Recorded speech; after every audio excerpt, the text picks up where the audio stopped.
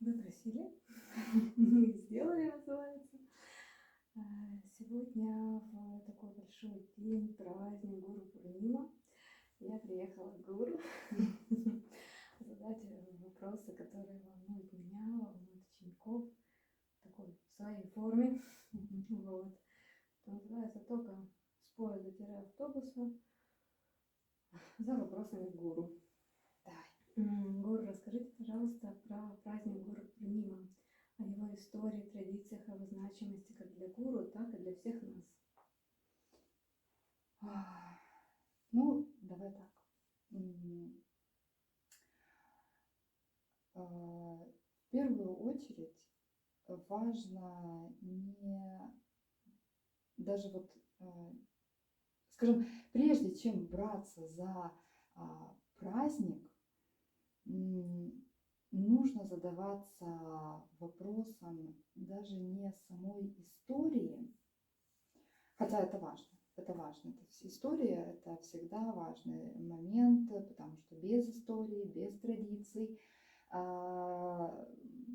человечество не имеет никаких перспектив. Но основой этого праздника всегда, и любого другого духовного праздника, является состояние человека.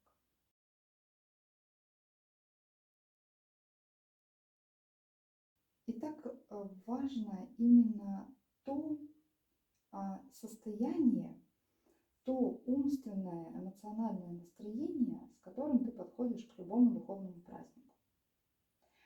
То есть, если ты выучил историю, зная, что это все было вот так, и празднуется это для этого, но твое сердце не открыто, твой ум беспокойный, про разум мы вообще не говорим.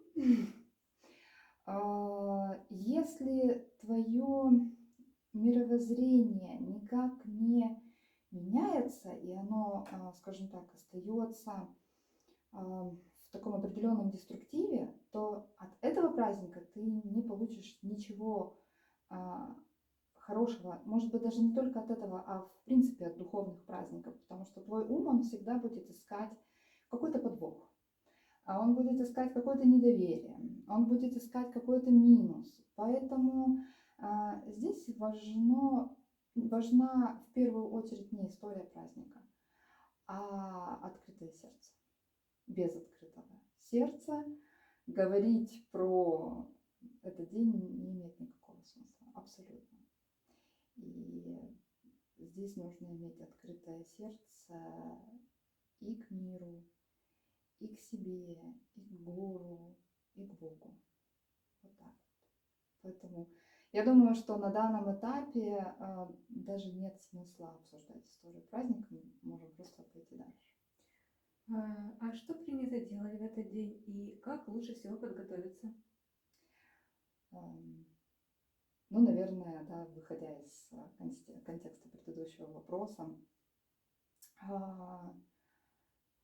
я думаю, что если мы приходим к этому празднику не с позиции выучил историю и действуешь по истории, по традициям и все такое, то в первую очередь, особенно если говорить про текущий год, стоило бы задаться вопросом, насколько ты открыт, насколько ты в состоянии, насколько твое сердце большое.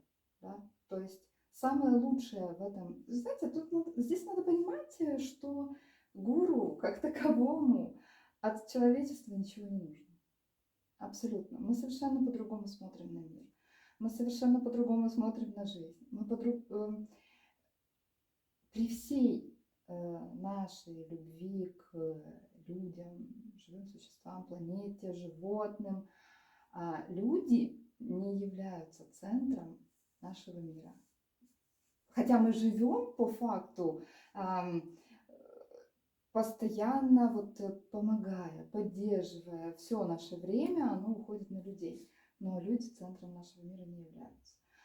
Центром нашего мира является Бог.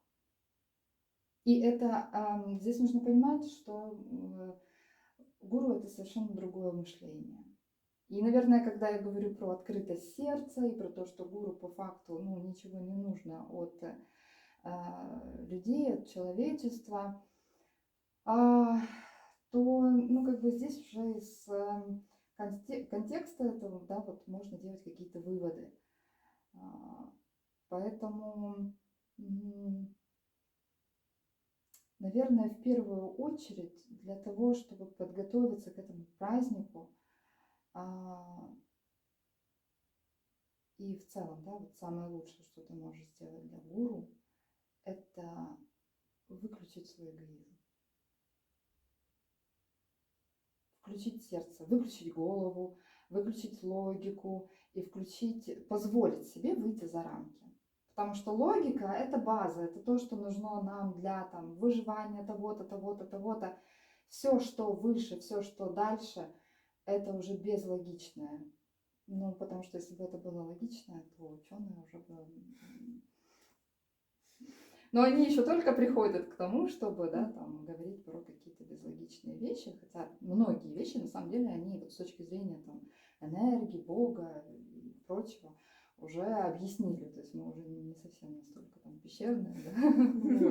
То есть уже есть какой-то хороший такой позитивный сдвиг, и сейчас духовные личности и ученые, они наконец-то находят общий язык. Это было и раньше, но в таком единичном случае. А сейчас этого становится все больше и больше, и это очень хорошо, потому что когда логика и безлогичное находят общий язык, тогда это имеет очень хороший результат. Так что, наверное, это как раз про тишину. Я сегодня буквально писала об этом пост, о том, что самое лучшее, самое хорошее, что можно в этот день сделать, это включить тишину в своей голове, то есть выключить ум, потому что он приведет не туда абсолютно. И нельзя гордиться логикой слишком сильно, потому что она может увести тебя не туда. Особенно если у тебя есть беспокойный ум. Поэтому тишина внутренняя – это самое лучшее, что ты можешь сделать для себя, для планеты, для животных, для окружающих, для гуру, для Бога. Потому что ты, когда ни о чем не думаешь, когда ты молчишь, когда ты не грузишься, ты, по крайней мере, не генерируешь карму. И эта тишина, она очень важна, потому что если имея тишину, ты еще и находишься на более возвышенных вибрациях, спел мантры, помедитировал, о чем-то хорошем таком, где-то этот Бог, этот Абсолют и все такое. И тогда вполне возможно, что ты придешь к очень хорошим и очень правильным выводам о своей жизни, как минимум. Хотя бы так, хотя бы на данном этапе. Потом уже все остальное, я думаю, это уже приходит, подтягивается по мере взросления человека. Как души, как личности. Самая большая радость для гуру. Взросление человека? Да, это правда, это да. Хорошо. Также очень хочется узнать поподробнее о том, как строятся отношения между гуру и учеником. Как именно надо обращаться к гуру? На вы или на ты? Имя, фамилия? Гуру не пользуется своими земными именами.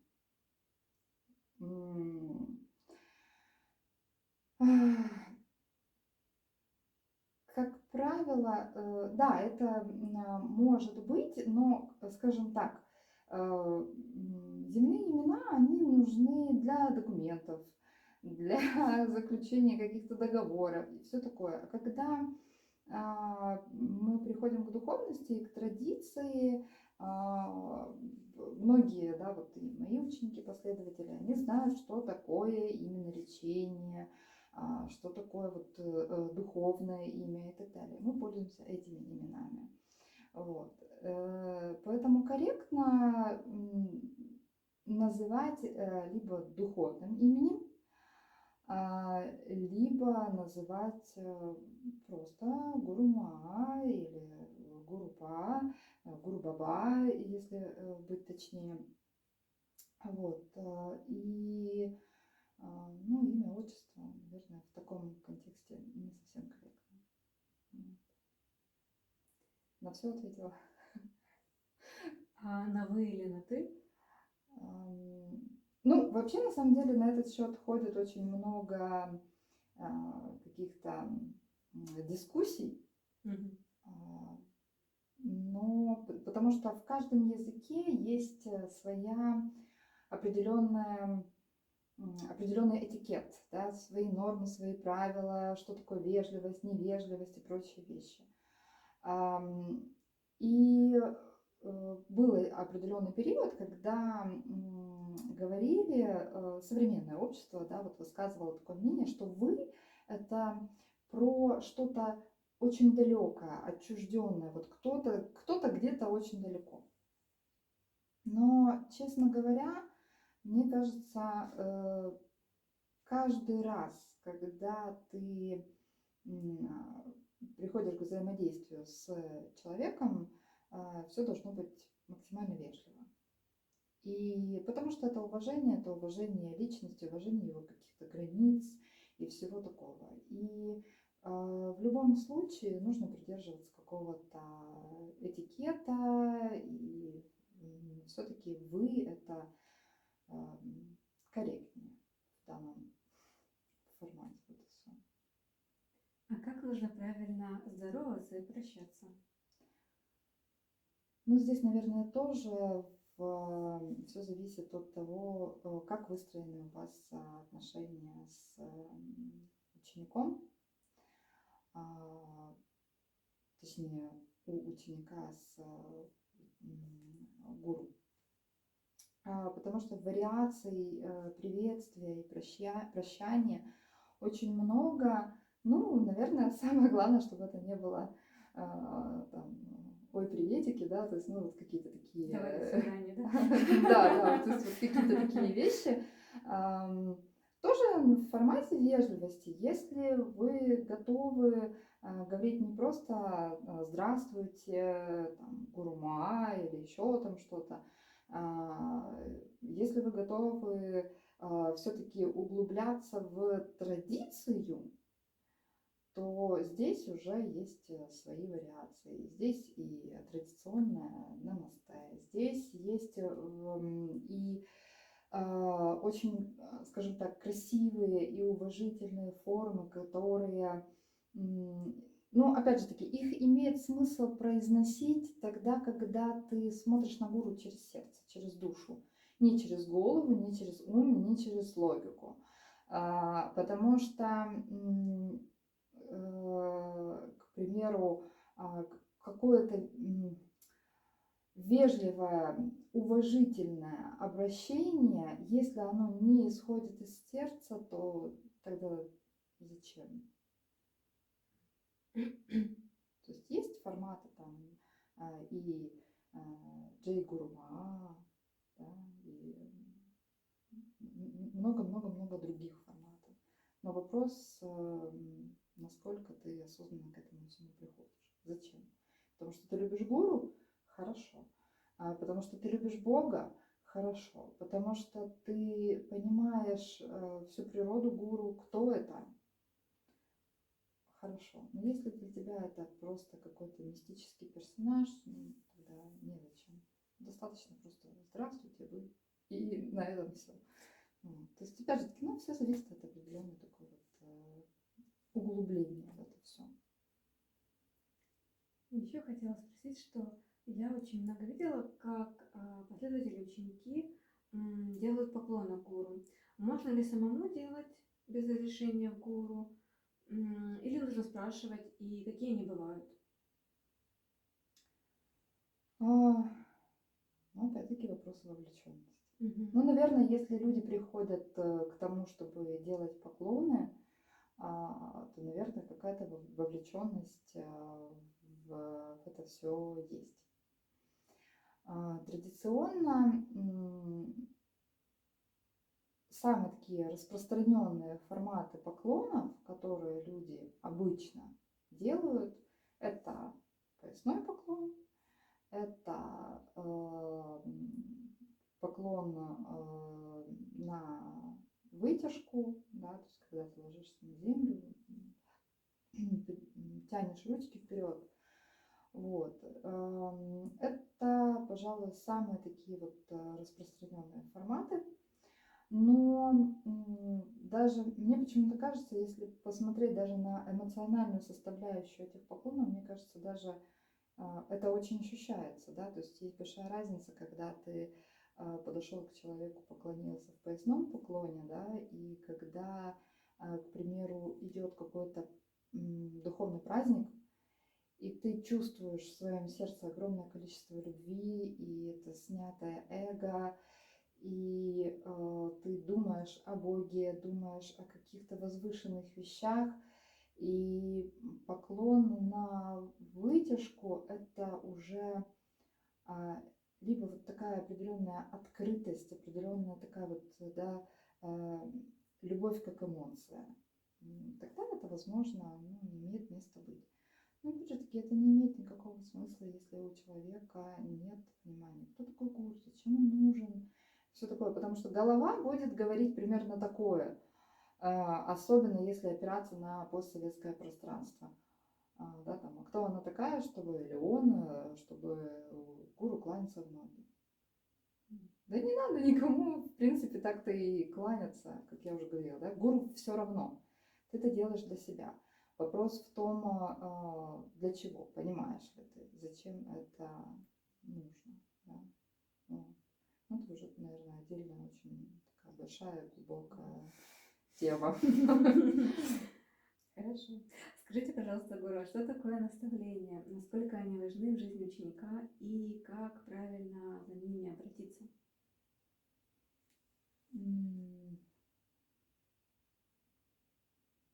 Да, в принципе, все, что мы делаем, это и есть наставление. Все, что мы говорим при взаимодействии.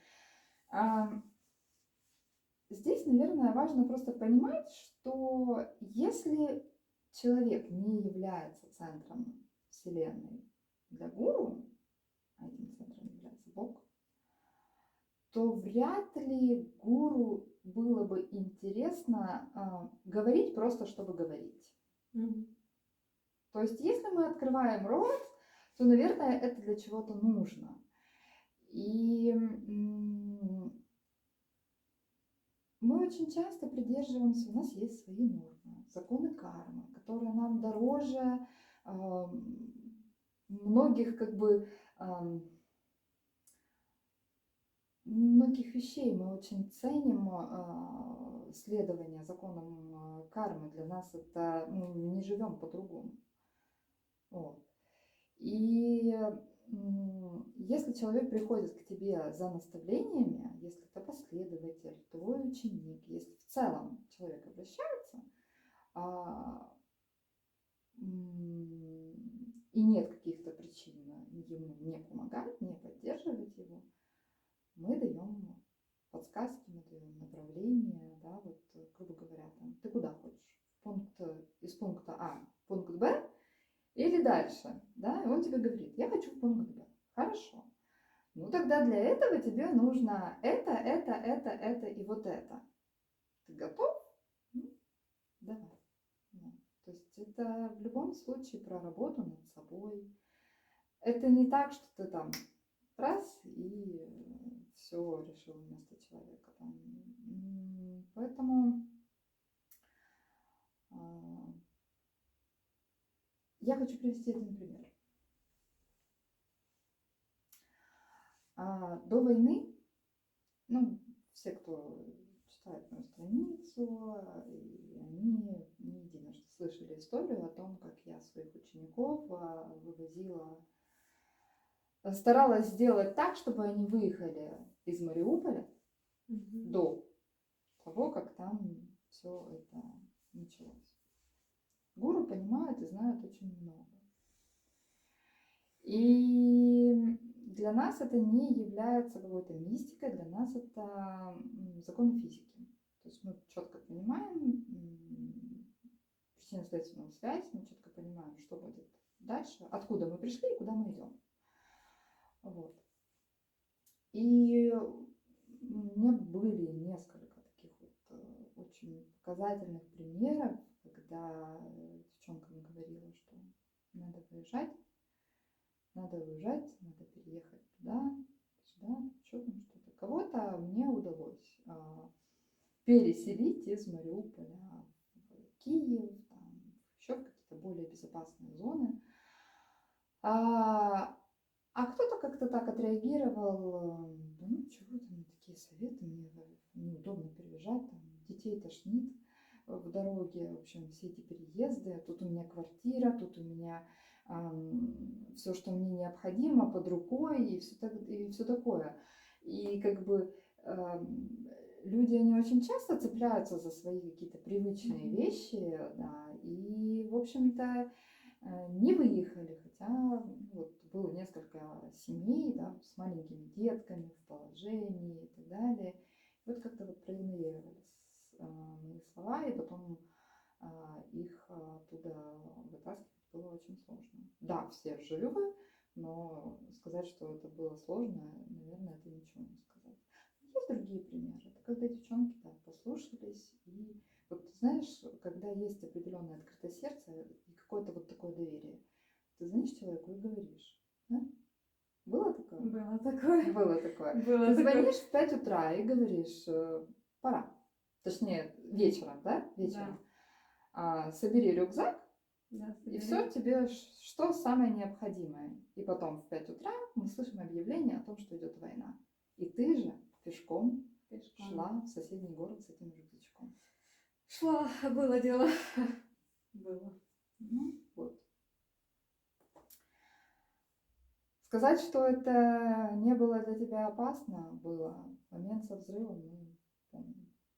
Да. Сложно такое на самом деле забыть, поэтому да. Когда ты уходишь из дома, и потом твой дом взрывается, ну, наверное, это... Поэтому это все, скажем так, это показательные истории. Вот и все. Ну, другой вопрос. Кому я могу так помочь? Ну, только тем людям, которые готовы ко мне прислушиваться. Да, вот и все. Конечно, будет такой интересный следующий вопрос. Хотя, мне кажется, вы почти на него ответили. Часто ли люди придерживаются тех рекомендаций, что вы даете, но я все-таки его задам. Ну, во-первых, мы никому не навязываемся. Это одно из наших правил. Мы никому не навязываемся и даже особо не страдаем морализмом, потому что самая основная задача – это объяснить человеку закон кармы. А он дальше, пожалуйста, думай. Да? То есть, конечно, да, если ты… Ну, есть и другие случаи, когда это сложно будет сейчас объяснить, когда, скажем так, человек проходит очень скользкий какой-то урок, и он очень хочет его пройти, и ты понимаешь, что чтобы пройти этот урок, нужно сделать только такой шаг, только такой выбор, ну, никаких других вариантов.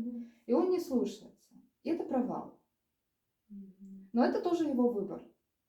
Но это и его последствия. Но, к сожалению, у нас люди не совсем это понимают, да, то есть как они не особо понимают ценности советов и наставлений, точно так же они не понимают, почему потом в жизни, да, вот как-то не складывается, какие-то сложности возникают и все такое. Я приведу пример. Не так давно ко мне обращалась девушка с вопросами про то, насколько ее поступок кармически экологичный. Она знала, что я отвечу, но вот ей все равно хотелось послушать. Один из украинских мастеров нашел, в общем, у него есть, грубо говоря, сайт с целой кучей аудиозаписей, лекций одного из ведических астрологов. Понятное дело, что все эти лекции платные. Но, видимо, кто-то где-то когда-то, покупая эти лекции, сохранил, и, в общем, как-то это все дальше слилось, и, в общем-то, люди, они создали, да, вот такой вот какой-то сайт, где можно это все скачать, послушать и ничего не платить, потому что дорого. И у нас получился такой полуторачасовой разговор про вот, кармические вариации. Я объяснила это так. Хорошо. Если опустить мораль, давай просто вот опираясь на законы кармы, представим себе вот такой вот вариант. Да? То есть если человек выставляет цену на свою работу, значит, это как бы его авторские права, да, и ты, беря это бесплатно, ты его обворовываешь. Есть такой закон, что, забирая чужое, обворовывая, ты забираешь, такую прям увесистую долю минусовой кармы этого человека.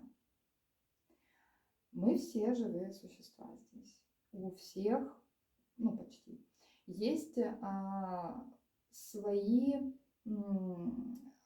плюсовые, да, вот накопленные нюансы и минусовые. Давайте теперь представим, кто такой этот астролог. На секундочку. Обычно про что-то возвышенное и духовное говорят в таких случаях. Либо ты аватар и пришел сюда стать пророком, стать гуру, ты воплощение Бога на земле, да, или какая-то мудрая, божественное начало, да, даже не мудрая душа, божественное начало. И ты приходишь сюда для того, чтобы помочь человечеству. Хорошо, но если представить второй вариант, это когда душа, даже если она очень мудрая, колесо сансары, да, душа воплощается. Она живет, и потом спотыкается об какую-то эмоцию, кармический урок, что-то сложное, что-то, с чем она не справляется. И она деградирует. То есть деградация — это не всегда что-то там, то есть вот само неперепрожитие эмоций, это уже определенный формат деградации. Душа деградирует, варится в этих низах, да, и потом по чуть-чуть это все перепроживает, набирается какого-то опыта, поднимается дальше, начинает приходить к монашеству, духовным знаниям, вот к чему-то такому уже возвышенному, и потом начинает познавать законы кармы, и в следующих воплощениях вот это проговаривание этих законов кармы, оно часто срабатывает как сдача экзамена, как положить что-то хорошее на чашу весов. Там, допустим, ты делал что-то плохое, нарушал законы кармы, сейчас ты о них говоришь, чтобы немножечко поднять тех людей, которых ты, возможно, сам же когда-то просаживал. Да? Вопрос. Ты у этой мудрой души, да, вот это не означает, что у нее нет плохой кармы или тяжелой кармы. Ты у нее забираешь часть минусовой кармы. Оно тебе надо? Свои плюсы.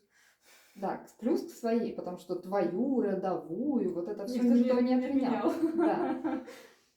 Вот. Второй момент – это дороговизна. Понимаете, сейчас люди очень часто оценивают дешево-дорого. Но здесь нужно понимать, что для кого-то дешево, а для кого-то дорого. И здесь важно не только, понятно, считать чужие деньги – это не есть хорошо. Но у меня было несколько таких очень показательных историй, когда, тоже пример, один из очень популярных украинских докторов, просто от Бога, который берет хорошую, существенную денежку, на первый взгляд, для обычного человека, за свою работу. Но он реально мастер. Он, да, вот это, ну, он может. Там котелок варит, там очень хороший опыт. И вот была одна ситуация, когда доктору не заплатили, да, за его работу.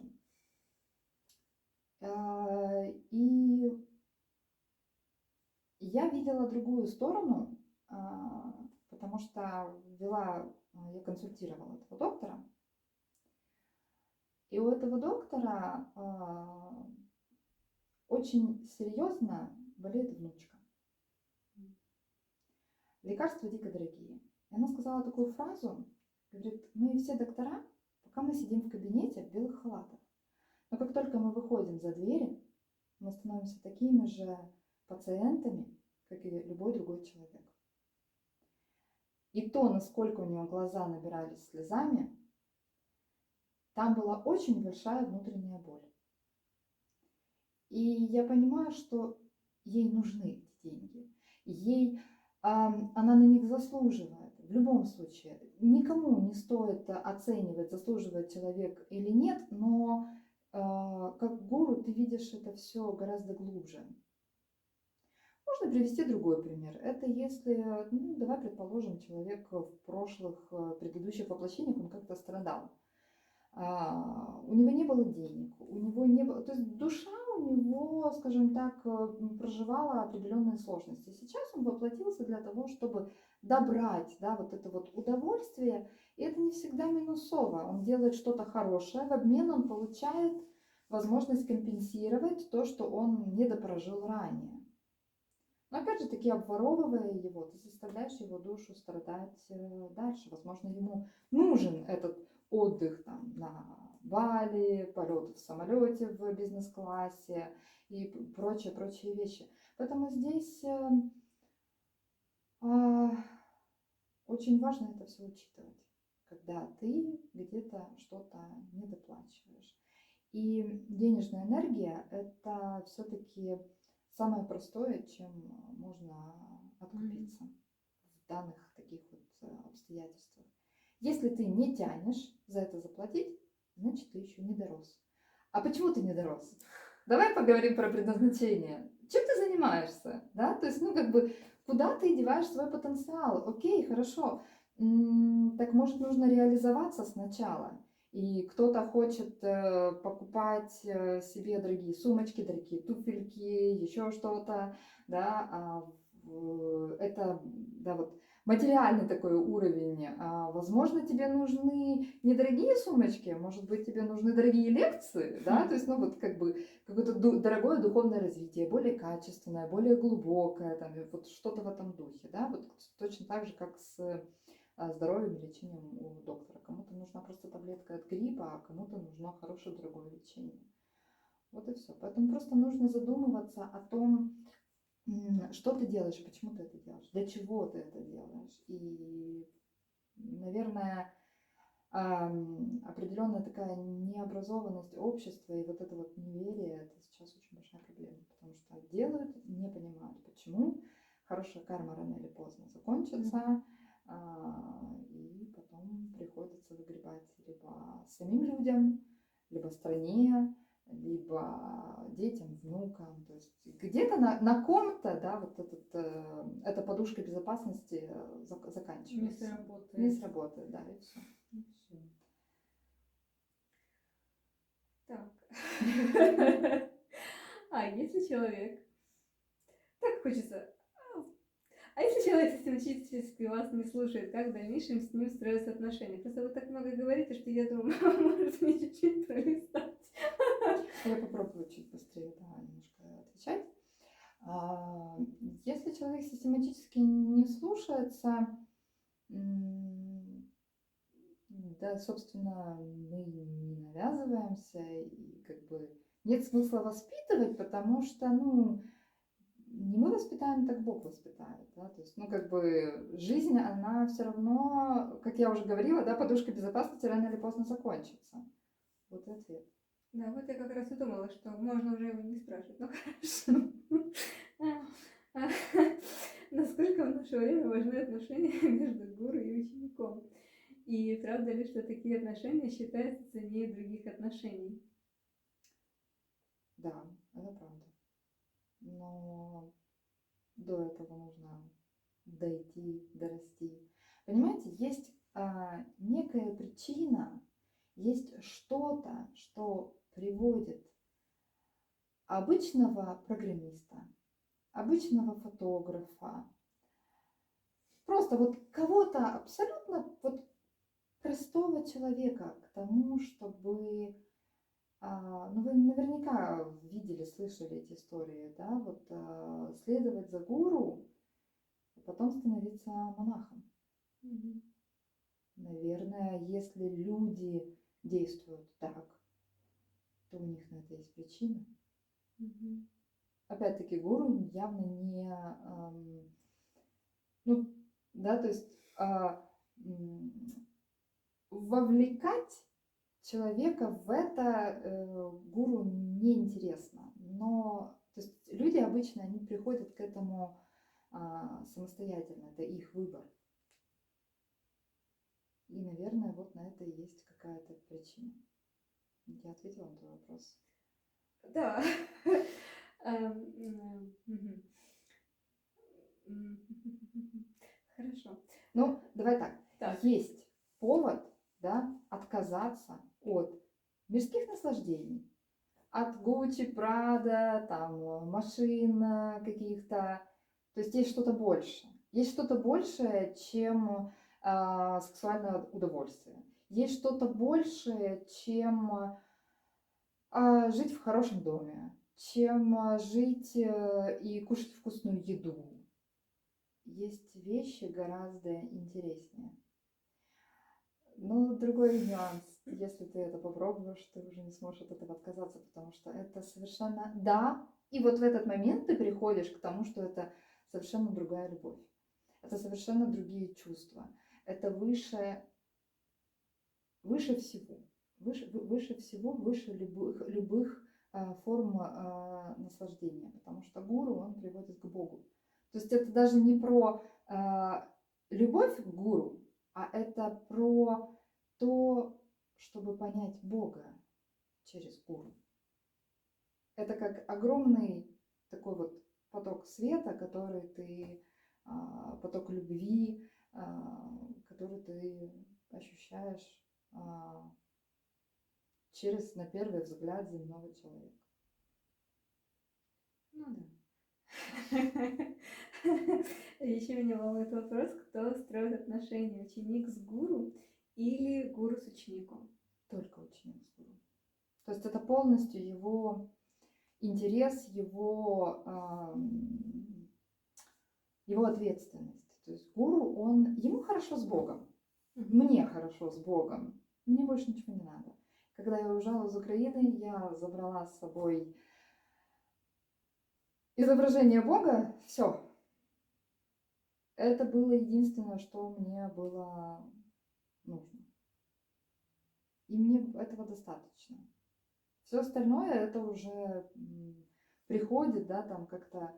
Но гуру, он не будет бегать за учеником, там, или еще там что-то.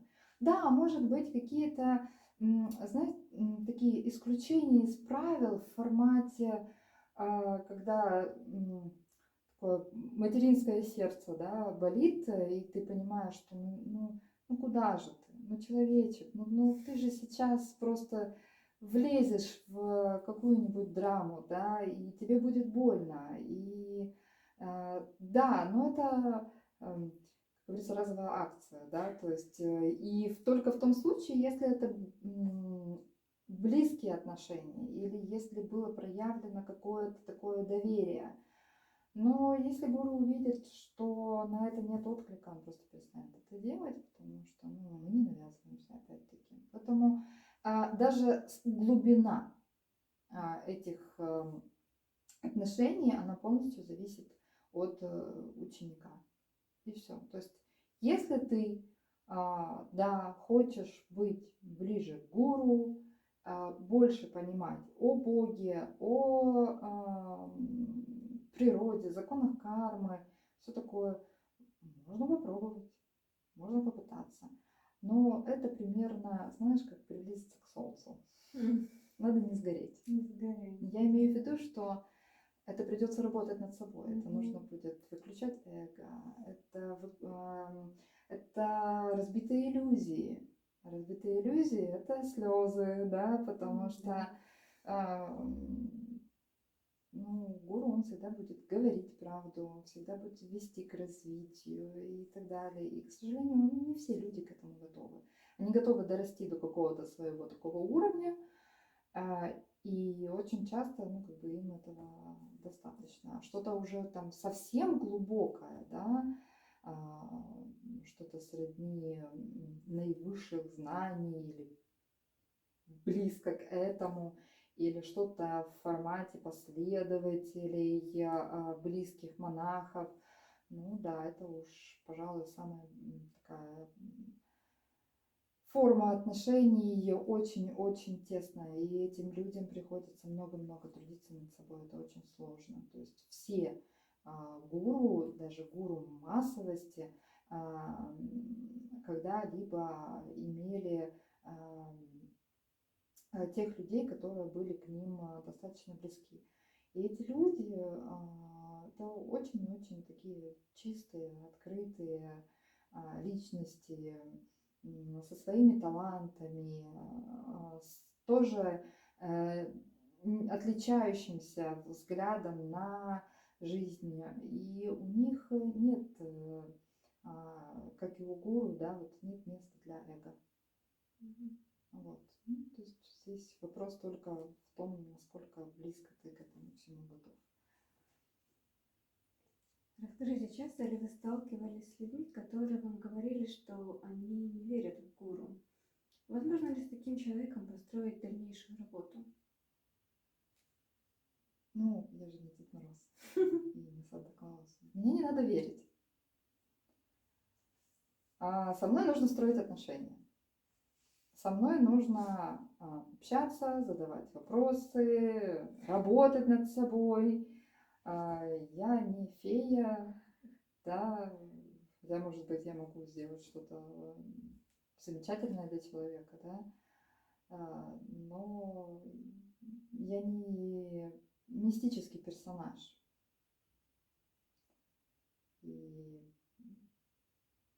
со мной нужно говорить ртом, взаимодействовать. Я не сижу на небе. Знаешь, я тебе скажу так.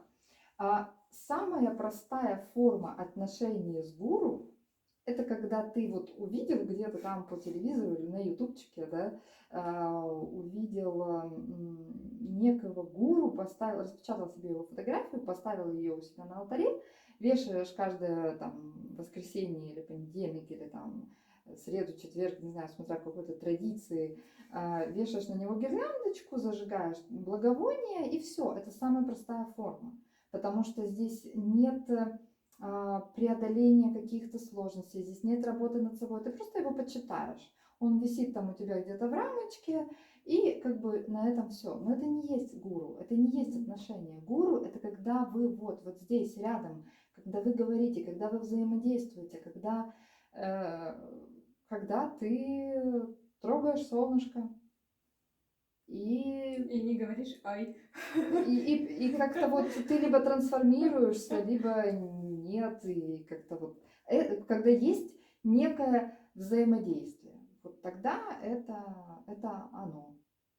А так это не Санта-Клаус, нет, не надо в меня верить. Так. Если человек говорит, что он не верит в Бога, что вы делаете в таких случаях? Ну, это, наверное, зависит все-таки. Во-первых, я ничего не делаю. Ну, не веришь, хорошо, это твоя жизненная позиция. Вопрос еще, сейчас атеистов очень много, как таковых, да, такое шаблонное слово атеист. Но я хочу сказать вот что. Каждый человек в глубине, он чувствует, и он понимает, что Бог есть. Но очень часто, когда поднимается речь про Бога, то поднимаются его какие-то внутренние установки, страхи, шаблонности. Кто-то говорит, я не верю в церковь. Кто-то говорит, я не верю в религию.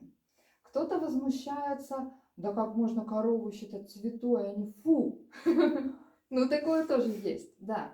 И у меня тоже были случаи, когда, к примеру, девочка приходила на консультацию, и она думала, что когда она мне скажет, что она не верит, что коровы это вот что-то такое, ужас, и вообще эти индуисты, она думала, что я начну с пеной у рта ей что-то доказывать. Зачем?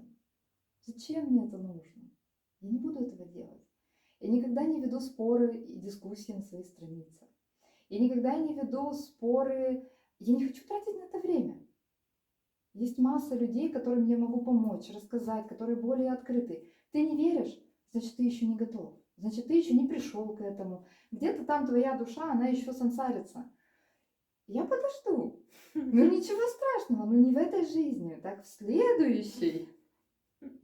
Когда ты выплатишься, отпустишь всю свою вот эту сансарность, свою боль, которую ты когда-то получил, свою психодраму, травму, и ты придешь потом, ты придешь ко мне, ты придешь к, не знаю, возможно, даже в ту же церковь. И точно так же станешь монахиней и начнешь изучать эти законы. Возможно, просто твоя душа, она к этому не созрела. И у меня есть примеры, когда даже в этом воплощении люди, прорабатывая свои болевые какие-то этапы жизни, чувства, установки, вдруг резко начинают верить в Бога. И самый забавный пример – это, опять-таки, про Мариуполь и истории про поезд. Как обычно, мы садимся в поезд, и там начинается общение. Вот. Это однажды я ездила в Мариуполь, как раз когда началась война с той стороны. Я ездила туда для того, чтобы провести там ягью, огненную ягью за мир. И этим как бы немножко шанти, немножко успокоить, да, вот весь этот процесс, немножко оттянуть его, чтобы у людей было время, возможность для духовного роста, для подготовки, там, ну, это тоже отдельная тема, но суть не в этом. И когда я возвращалась, со мной ехали военные. Простые ребята, и среди них был, я не знаю, как это правильно обозначить, эту его должность и формат деятельности. Я знаю лишь то, что он был в разведке. И он поделился историей о том, он сказал, я атеист, я не верю в Бога, но когда мы были в разведке и шли немножечко вперед, чтобы проверить, как там обстоят дела, что-то в определенный момент, что-то внутри или вне, не знаю, сказала стоп, остановись. И он остановился и сказал ребятам, стоим. И он понял, что если бы он сделал еще хотя бы полшажочка вперед, не было бы ни его, ни ребят. И вот тогда, по его словам, он и понял, что, возможно, там кто-то есть. Непонятно кто, непонятно, как его зовут, и так ли религия это подает, но что-то там точно есть. И суть в том, что атеисты сейчас это не означает неверующие люди. Это означает, что либо человек не готов, может, он что-то недопрожил еще, либо он верит, но как-то по-своему, не знаю, там, Святой Капитошка, ну вот еще кто-то, что-то внутри вот такое вот он ощущает. И все. Поэтому я ничего не доказываю людям и не говорю, что там только так нужно верить, и все. Каждая религия, она имеет свой смысл. И даже то, что не является зарегистрированной религией, может иметь свой какой-то смысл, то есть определенный духовный путь, духовное течение. И здесь самое главное, чтобы человек приходил к какому-то позитивному развитию через плюс. То есть не через деструктив, а через плюс. А кто может стать вашим учеником и последователем? Тот, кто готов. Ну или, может, не готов, но хочет попытаться работать над собой. Вот и все. То есть желание работать над собой – это конкретно для того формата гуровства, которое я веду, это самое то. Потому что я не гуру массовости. Я не буду сидеть и рассказывать о Боге просто, чтобы рассказывать о Боге. Если я уже и взаимодействую с человеком, да, то мне хочется его раскрыть, да, вот, дать ему понять, кто он есть на самом деле, что он может. И прочие вещи, да, тоже, чтобы не затягивать сильно время. Но это в любом случае про работу над собой. Если ты не готов работать над собой, если ты хочешь, чтобы тебя просто жалели, то это не ко мне. Я не буду просто жалеть. Не, ну я могу, конечно, да, потому что я очень сочувствую и вовлекаюсь в истории, и даже, ну, я живой человек, я сопереживаю. Ну как-то так. Если не работаешь, ну не работаешь. А какие качества нужно в себе развивать, чтобы идти по пути ученичества? В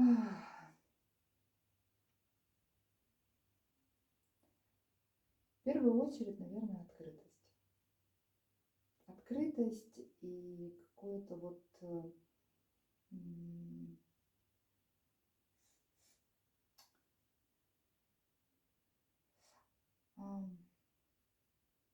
знаешь, наверное, чтобы стать моим учеником, это примерно как родиться.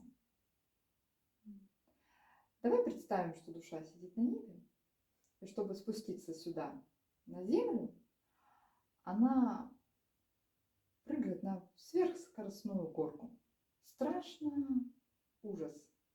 Вот с гор, наверное, примерно так же, мне почему-то так кажется, из того, что описывают девочки. Потому что ты не знаешь этого человека, ты не знаешь, кто он, что он. В мире столько всего рассказывают про что-то минусовое, да, там. Здесь людям иногда сложно построить отношения даже с родителями, с мужчинами, что уже говорить, да, там про какого-то совершенно мистического, на первый взгляд, персонажа, да, вот это вот Санта-Клауса, это, вот.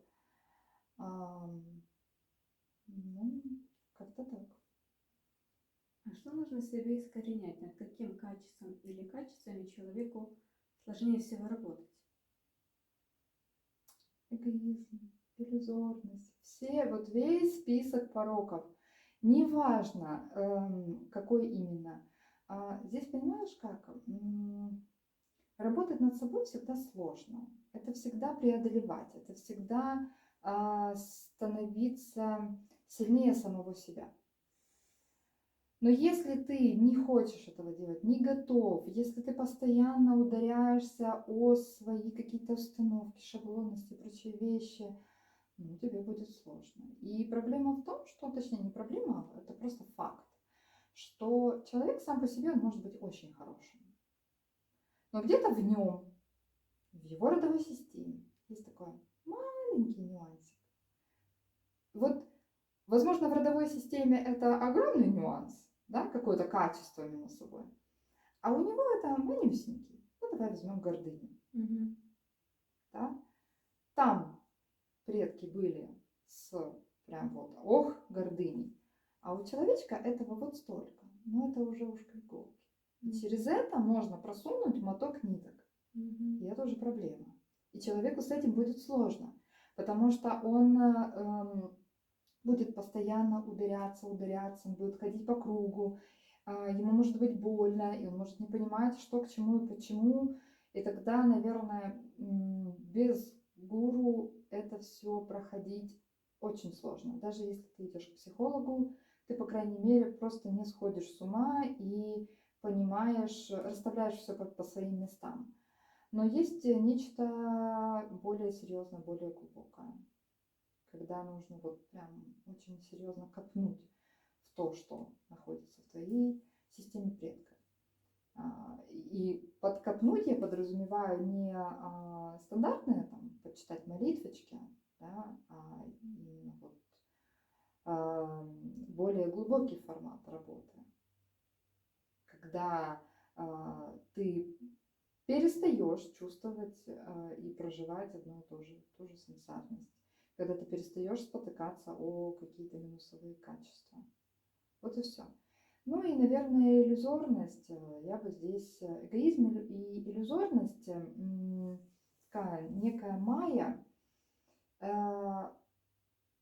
это все, особенно в совместимости, все это может человека уводить не туда.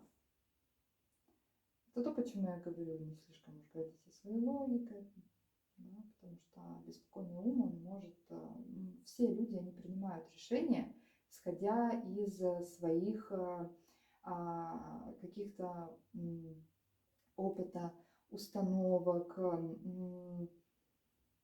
той же энергоинформации, которая есть в роду и на уровне его души. И понятие резонанс – это на самом деле очень абстрактная, мистическая вещь, потому что ты мыслишь, исходя, и анализируешь, исходя от тех травм и той энергоинформации, которая в тебе есть. И здесь довольно сложно говорить про какой-то резонанс и развитие в самостоятельном формате. Это как отношения с самим собой, это как семья с самим собой.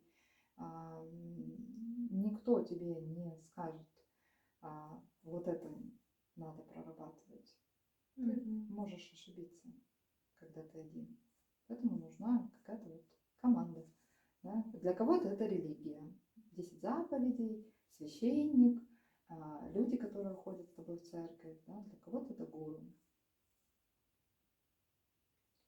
А есть ли какие-то правила перед тем, как стать на путь ученичества? Проходит ли ученик через строжайшие аскезы? И есть ли запреты табу? Ну, наверное, это тоже отдельная очень большая тема.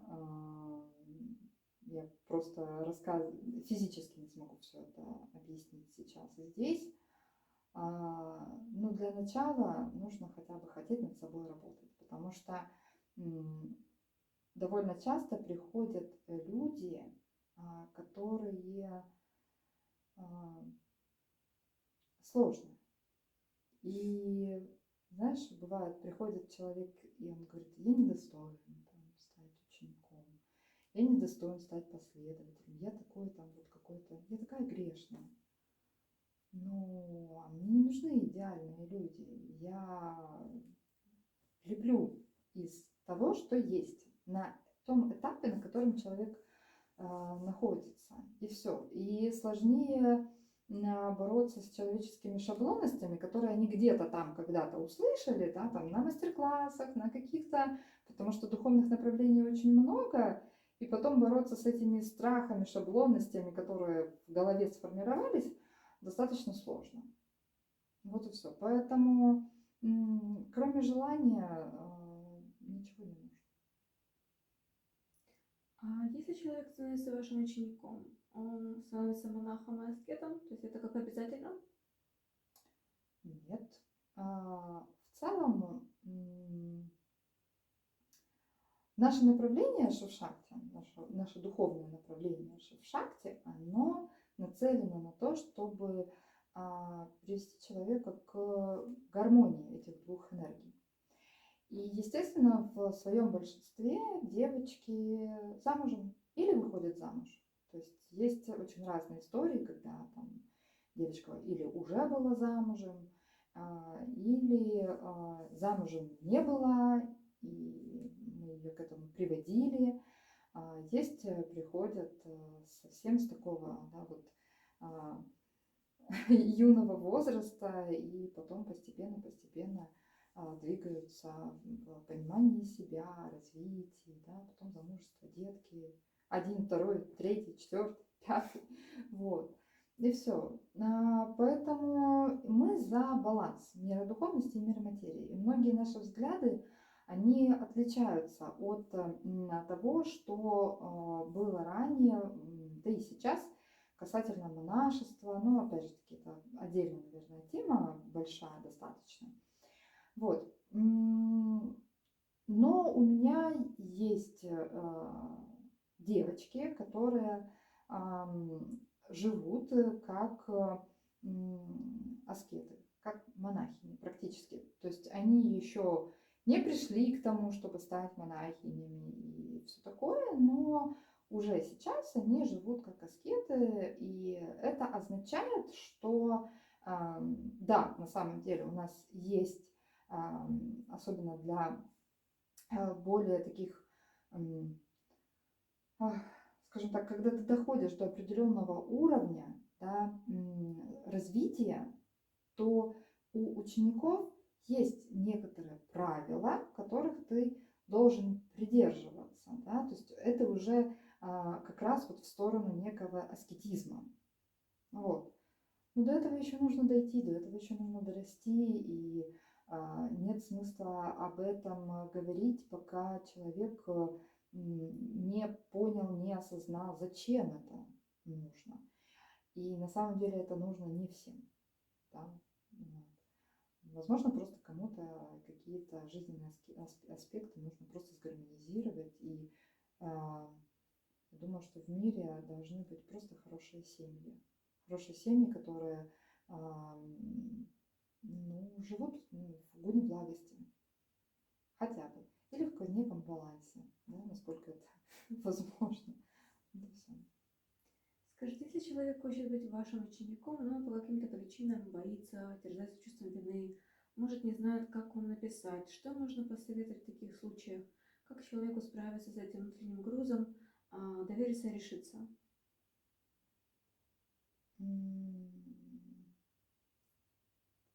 Вот так и сделать.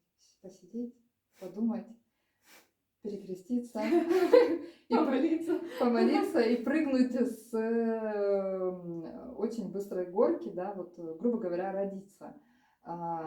Здесь не надо слишком долго думать, на самом деле, если говорить откровенно, здесь не надо слишком долго думать, здесь нужно начать, нужно попробовать. Потому что ты сидишь в своем коконе, в своей реальности, в своем вроде бы и болото, но все-таки это твоя зона комфорта. Но ты о чем-то мечтаешь. Если тебе твоя мечта или твоя цель дороже, чем твое болото, ну тогда ответ очевиден. Ты просто бери и решайся, и все. Нужно просто пробовать. Многие вещи, многие опасения, они просто из-за незнания. Но ты пока не познакомишься, пока не пообщаешься, честно, откровенно, про свои страхи, про свои шаблонности. У меня, например, есть девочки, которые не приходили долгое время, потому что у них были навязаны, да, вот там через каких-то мастеров или фестивалей, или где-то что-то в книжке прочитала, или сама там как-то там додумалась, да, про какие-то вот шаблонности. Вот, и на базе этих страхов не шли, не работали, но жизнь, она как бы так или иначе поджимает, особенно если человек хочет развиваться, ищет ответы на свои вопросы, вот, и все равно жизнь, она как-то подталкивает. Вопрос только в том, что ты время потерял. Вот это плохо. А потерянное время, это означает, что тебе будет немножечко некомфортнее, не то чтобы сложнее, но те уроки, которые ты мог проходить 5 лет, тебе их придется пройти за 3, за 2, за 1 год. И это всегда очень сложно. Это сложно для меня, потому что это нагрузка. Да? Я должна быть постоянно в контакте, я должна что-то делать, да, постоянно для тебя, уделять тебе очень много времени, внимания и всего такого. Хотя, окей, я люблю свою деятельность, и это не проблема. Но как бы самому человеку сложно, внутренне сложно, потому что все наваливается. Жизнь, в целом, Вселенная никогда не стоит на месте. Если человек не развивается, если он сидит в своем болоте, Вселенная будет устраивать ему массу некомфортных ситуаций, чтобы он из этого болота вылез. Поэтому чем быстрее они оттуда вылазят, тем легче потом работать над собой. Вот и все. Гуру, бытует мнение, что гуру это очень занятой человек, недостижимый, что его нельзя беспокоить. Это правда? И да, и нет.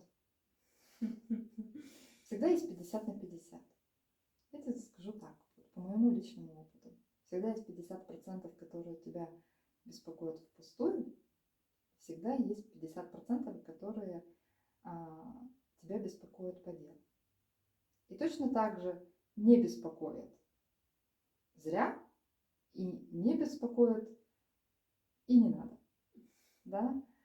И суть в том, что когда люди слышат эти слова, хороший человек, скромный человек, он скажет: ой, наверное, это про меня, наверное, я так много времени у гуру съедаю, я не буду писать. И потом пишут мне, когда уже петух в голову клюет, когда уже там ноги переломаны, все плохо, все сложно, и ты просто смотришь и думаешь: как мне теперь тебя слепить в кучу, почему же ты раньше не пришел? Можно было всего этого избежать. И есть, да, вот другие 50%, это которые, да, да, это не про меня. И тут же, да, там, вот. Поэтому, наверное, здесь вопрос как бы внутреннего такого состояния. Опять-таки,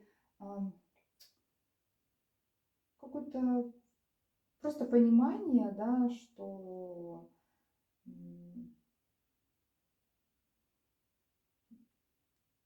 гуру, он, с одной стороны, любит свою работу, а с другой стороны, мое время – это спасенная жизнь.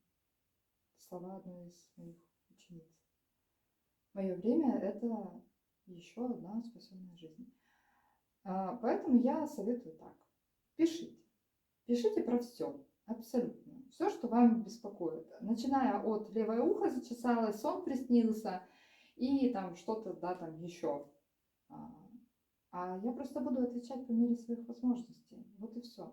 Да, есть люди, которые ждут мой ответ на вопрос месяц.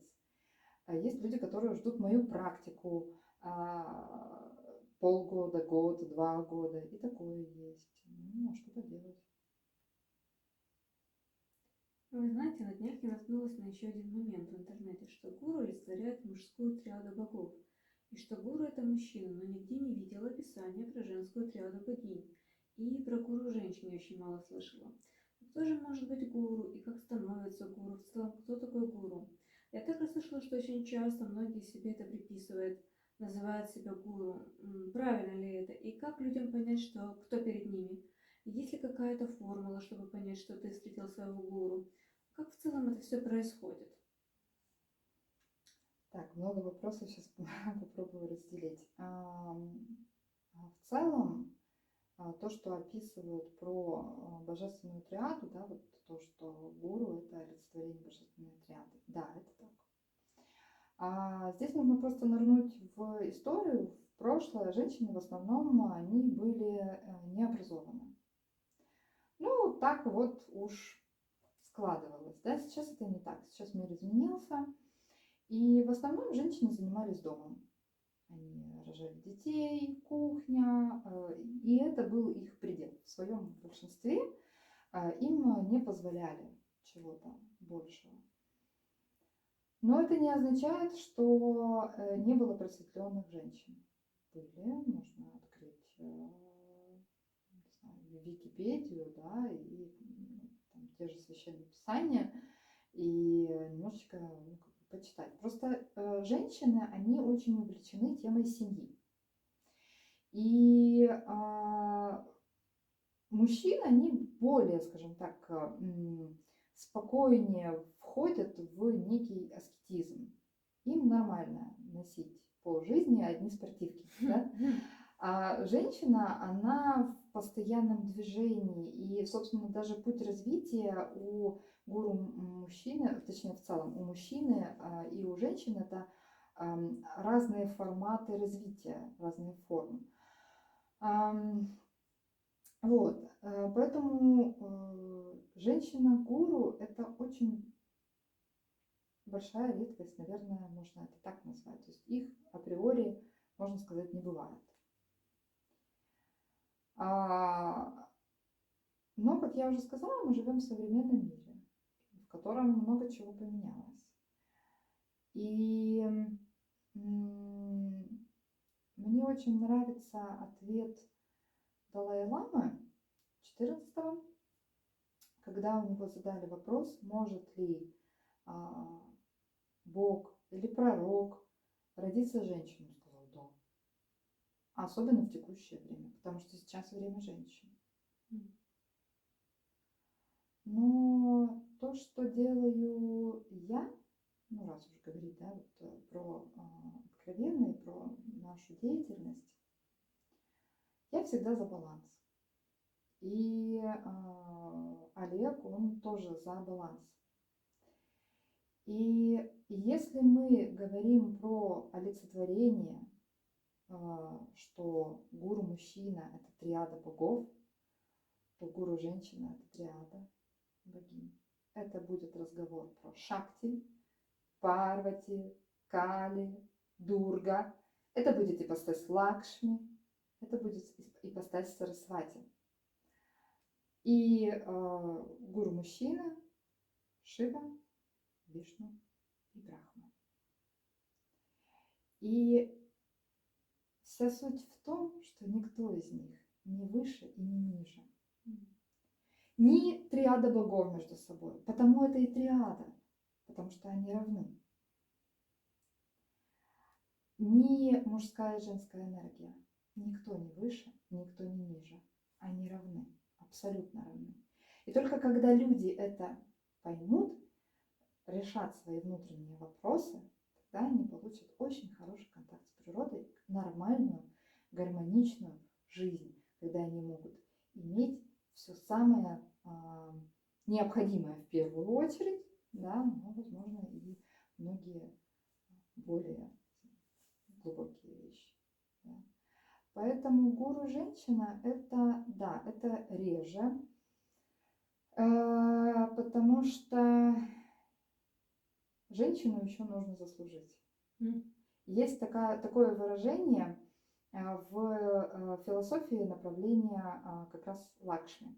Есть ипостась богини Лакшми, которая говорит о том, что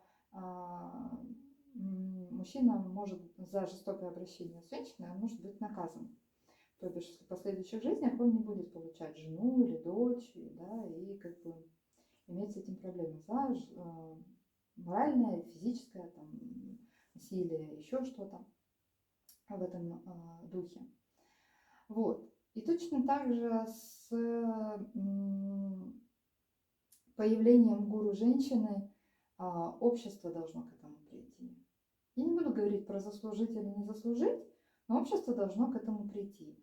И общество должно иметь определенный этап, и вот в, скажем так, в развитии, да, вот этого же общества. Если говорить про текущее время, то сейчас это время милосердия. Сейчас это время разрыва вот определенных шаблонов и иллюзий. То есть когда есть некий баланс между мужской и женской энергией. Когда есть мать и есть отец на более возвышенном уровне, на духовном уровне. Когда если ты живешь правильно, правильно мыслишь, балансируешься, трансформируешься, ты получаешь благословение, проявление, ты можешь научиться тем вещам, которым может тебя научить триада мужских богов, да, и триада женских богов.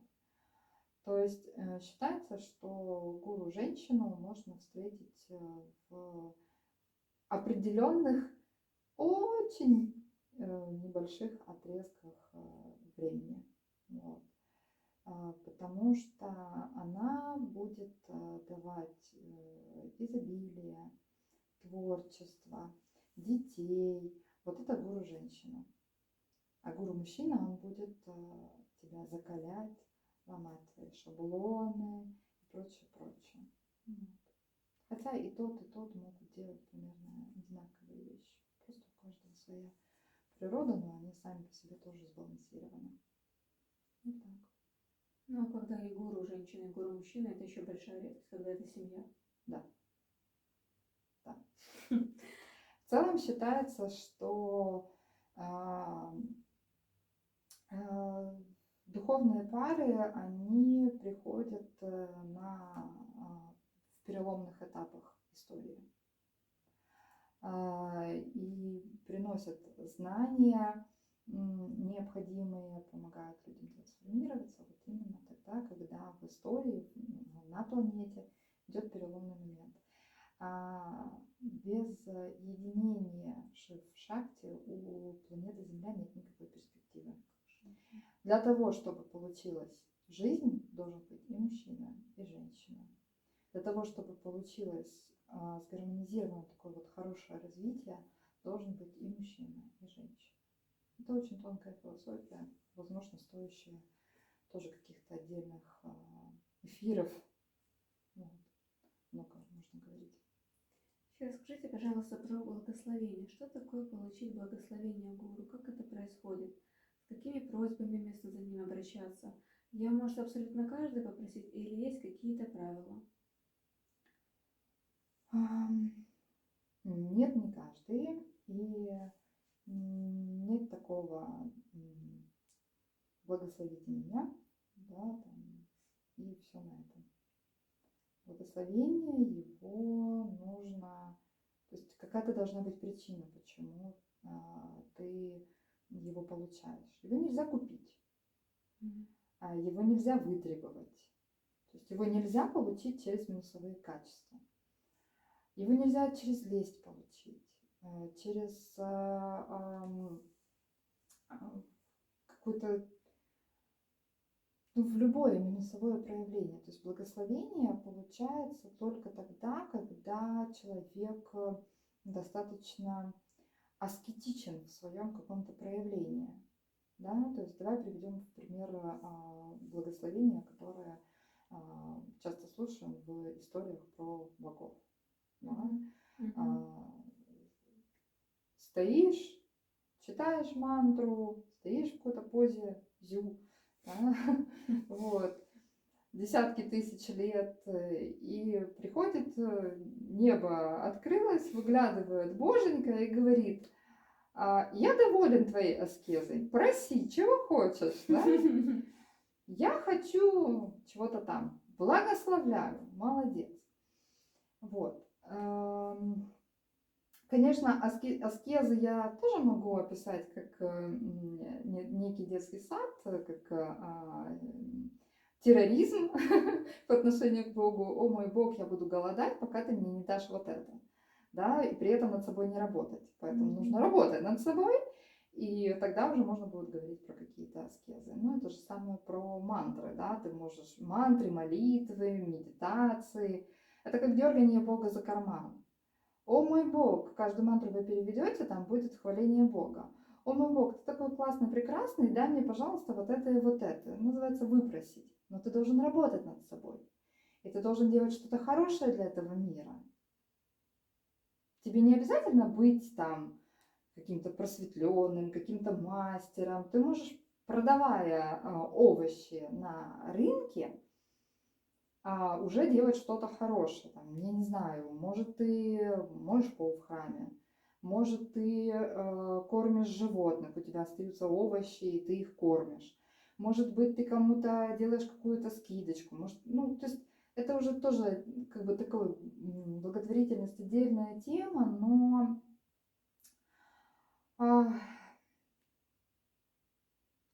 наверное, это тот вопрос, к которому стоит приходить с некой такой осознанностью и тоже через построение очень хороших отношений с гуру. И это не означает, что ты там построил хорошие отношения, это означает там как-то на короткой ноге. Да? Мгм. Нет, так тоже не бывает. Но если гуру видит, что ты работаешь над своими внутренними пороками, что ты культивируешь, развиваешь в себе хорошее качество, да, благостное проявление себя, а, тогда можно хотя бы думать в сторону каких-либо благословений. Но в целом благословение можно просить, если у тебя есть уважение к гуру. Потому что гуру, по сути, благословение это, да, вот есть намоленная личность, есть просветленная личность, возможно, это аватар, возможно, еще что-то, да, там кто-то что-то. Вот. Это человек, который живет в постоянном контакте с Богом, в постоянной медитации на Бога, в таких определенных возвышенных отношениях с Богом. Это как суперскоростной интернет. Вот. И когда ты приходишь к этому человеку, ты должен понимать, что он видит тебя насквозь. И вот ты задавал один из вопросов, над какими качествами нужно работать и все такое. Наверное, искренность. Это вот тот момент, на котором стоило бы сделать еще один такой акцент. Не нужно быть открытым. Не нужно льстить, не нужно, да, вот как-то в школьные годы говорили, да, подлизываться, да, вот как-то это не работает. И если гуру видит всю твою сансарность, твою родовую систему, всю твою подноготную, то он не увидит, что ты говоришь нечестно. Ну правда, ну это смешно. И вот это самое главное, это чтобы человек был достаточно искренним, когда он взаимодействует с гуру. И если ты приходишь просить благословений на что-либо, да, то это должно быть с уважением. Ну и вполне возможно, что все-таки через какое-то благостное, созидательное действие, да, то есть, чтобы это не было я такой хороший, дайте. Да, то есть, ну, хорошо, ты хороший на словах или ты хороший на действиях? Ну, давай поговорим про то, что хорошего ты можешь сделать для человечества. Сделал? Молодец. Приходи за благословением. Насколько это ответственно быть вашим учеником? Что нужно помнить, знать при общении с вами, взаимодействии, чтобы не ранить ваши чувства?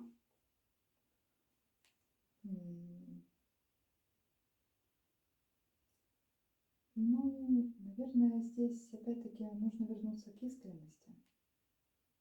Потому что когда ты видишь человеческие пороки вот так,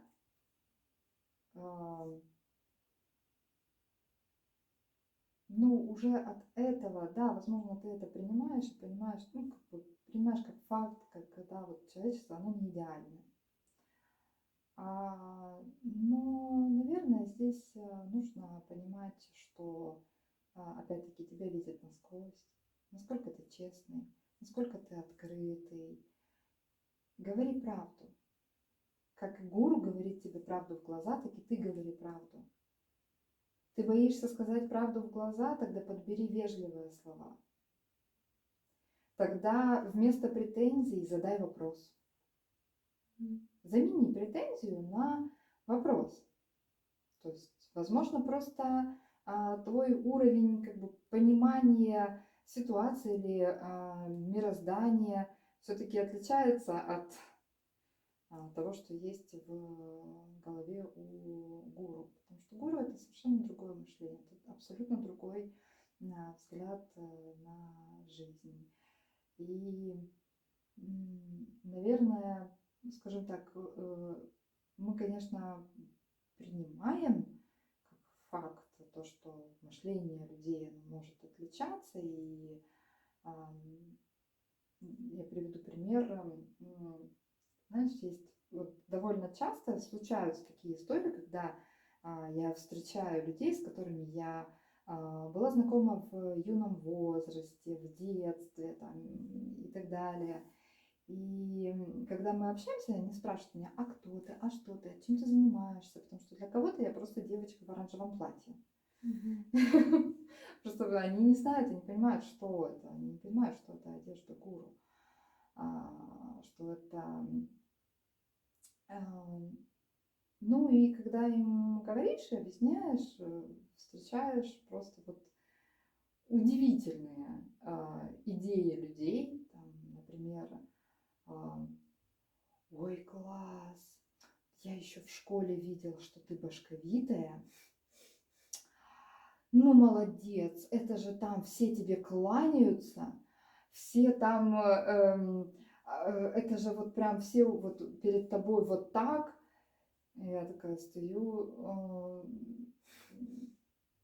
мы с Олегом всегда вдвоем делаем нашу работу. Тут мы моем пол, тут мы лечим людей, тут у меня нет своих гномов, которые бегают и делают какую-то черную работу. Мы все делаем самостоятельно, и мы не ждем от людей каких-то таких вот проявлений. Но люди имеют вот такой вот шаблон в голове. Ну или вот такой пример, это ой, класс, так это ты можешь построить очень крутой бизнес. Ты можешь обучить людей, и они будут обучать других людей, а ты за это будешь получать деньги.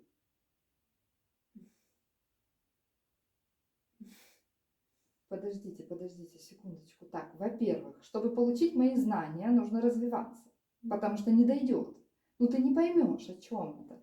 Если я скажу какие-то возвышенные вещи бизнесовому человеку, который там мог бы зарабатывать, для него это будет просто конь, столб, луна. Все, он ничего не поймет. То есть это нужно подниматься. А когда он поднимется до того уровня, чтобы понимать эти знания, он будет просто сидеть рядом со мной, как монах. Ему тоже точно так же, как мне, кроме Бога, ничего не будет нужно. И все, мы не бизнесмены. И даже несмотря на то, что у нас есть такое понятие, как дакшина, да, там за духовные ритуалы и все такое, как бы, но мы не бизнесмены, это образ жизни, это отдельное мышление, это стиль жизни. Нет такого, что я камера выключилась, я сняла этот образ, да, и живу как-то, да, там ну, такого нет, и все. Вот.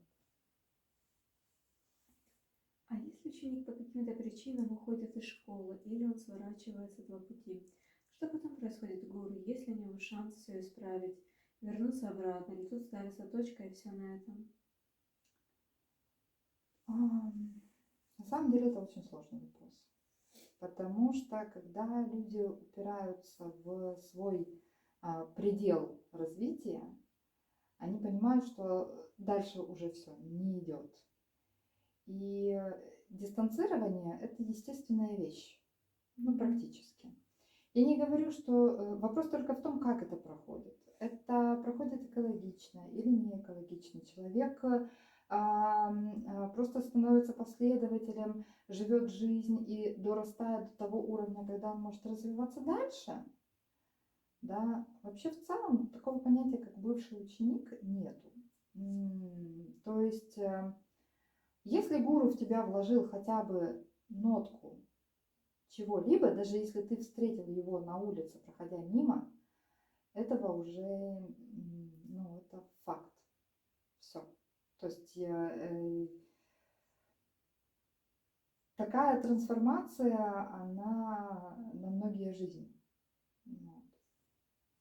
Но да, действительно, когда людям хочется спрятаться в свой какой-то такой домик, они в него прячутся. И отсюда появляется такое выражение как бывший ученик.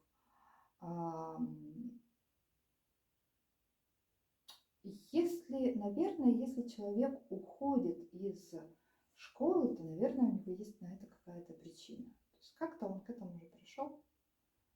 То есть почему-то в его голове сложилось какое-то мнение, там еще что-то, да. Поэтому нужно, наверное, все-таки очень осознанно принимать эти решения. Потому что гуру, он вкладывает душу, он вкладывает всю себя, он вкладывает свое время и все такое. И как бы это очень чувственные, тонкие отношения, и это важно понимать. Вот. И да, наверное, в каком-то формате беречь вложенные в человека знания, работу и прочие вещи. Хотя, понятное дело, что человек волен сам распоряжаться своей жизнью, своей судьбой там, и прочими делами. Вот. Как правило, я не работаю с бывшими учениками. То есть ты ушел, ты принял решение, ну хорошо, на это была какая-то причина. Очень часто, когда такие люди возвращаются, это выглядит примерно так, что у вас была какая-то пауза, там, лет 5-10. За это время мы двигаемся вперед со скоростью света. Очень быстро развиваемся, очень быстро все меняется, мир движется, мы уже не такие, какими мы были раньше. Но когда приходит человек, с которым мы долго не общались, он остается где-то там, на том этапе развития, может быть, немножечко продвигается в своем каком-то направлении вперед. И очень часто это выглядит как попытка либо одеть на нас какой-то шаблон, которого не существует, либо уже, либо потому что ты иллюзорно как-то нас воспринимал, поверхностные отношения строил, там, до конца не осознаешь, кто мы, что мы и все такое, да, и это в твоей голове это осталось в виде меня, ты опять одеваешь, зачем, да? И очень часто это как попытка досказать то, на что у тебя раньше не хватало смелости, потому что раньше мы культивировали в тебе там уважение, там еще что-то, да, а сейчас ты вот немножечко подсобрался с духом для того, чтобы высказаться. То есть здесь уже просто начинается, наверное, какая-то некорректность, да, мне так кажется. Хотя есть, да, девочки, которые приходят и не через лесть, не через еще там что-то, а вот действительно очень открыто говорят о своих чувствах, о своих вопросах, ситуациях. Есть место уважению, есть место какой-то деликатности. И мы соглашаемся, мы работаем. Поэтому это все на любом этапе отношения с гуру — это вопрос открытости. Если открытости нет, если ты, не знаю, какие-то, сложно, честно говоря, описывать и пытаться понять человеческие минуса, потому что мы в них не варимся. И это уже, наверное, сродни какой-то отчуждение или какой-то конфликтологии, потому что ранее не было такого понятия, как проститься с гуру. Ты просто становился учителем, гуру для человека, и все. И даже если он где-то куда-то уезжал, встречая гуру, он внутренне испытывал большую радость. Вот это сейчас большое отличие с современным обществом. Даже встречая на улице обычного священника в рясе, стоит испытывать какое-то благоговение, потому что этот человек каждый день соприкасается с Богом. На каком-то своем уровне, да, это не гуру, но на каком-то своем уровне он хотя бы немножечко. И это явно не тот человек, которого стоит там игнорировать или как-то грубить или еще что-то. Нужно радоваться. Может быть, он какой-то не такой, как ты себе представлял. И да, возможно, ты имеешь перед глазами массу минусовых примеров, но все равно в своем большинстве радоваться стоит.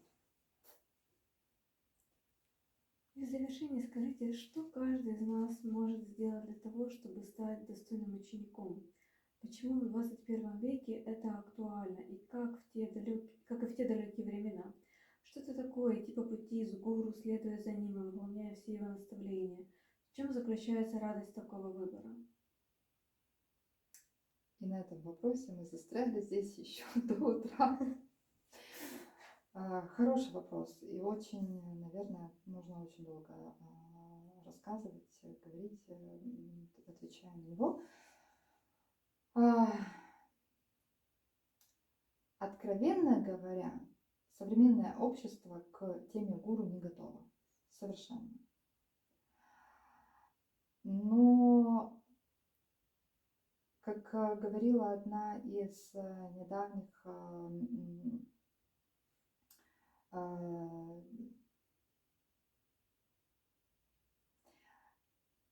девочка, которая поет, вот, и у нас было очень хорошее такое общение, как некое такое знакомство. Она говорила о себе, я говорила о себе, и она говорит, ну да, я понимаю, что вы, наверное, это не для всех, потому что вы вершина пирамиды. Как пирамида Маслоу, да, то есть не каждый может понять. Кто-то думает о еде, о базовых каких-то вещах, кто-то о чем-то больше, больше. Хотя по факту я говорить могу со всеми. И с теми, кто хочет просто выживать, и с теми, кто находится уже ближе к вершине пирамиды, да, вот. Поэтому самое главное это вот какая-то доброта, открытость и сердечность. И все. Самое главное это желание узнавать того, кто рядом с тобой. Если это гуру, значит нужно вникать. Не строить поверхностные отношения. Нужно пытаться разобраться, тогда будет возникать доверие, тогда будут какие-то хорошие отношения выстраиваться. Ну, все в этом духе. Я ответила на твой вопрос. Абсолютно. Спасибо вам большое за такую объемную историю. Я не назову это просто вопросами. Я очень рада, что я к вам доехала, приехала. Лично мне было очень интересно. И очень познавательно. Переваривать я буду, я чувствую, еще и завтра, и послезавтра. Она будет доходить. Будет возможность, мы опубликуем это видео, будет возможность пересматривать, поэтому слушать дозированно. Это тоже неплохой вариант. Хотя мне почему-то кажется, что я говорю очень мало и практически так очень скромно. То есть я пытаюсь сказать, что знаний на самом деле очень много, и просто, наверное, потому и стоит строить отношения и как-то просто ввязываться в это все для того, чтобы это не выглядело как очень нагроможденная информация или что-то вырванное из контекста. Поэтому знаний, да, действительно очень много, потому что вот такая она необъемная, необъятная эта вселенная, да, и Бог, в принципе, и все такое. Вопрос только в том, насколько люди к этому всему готовы.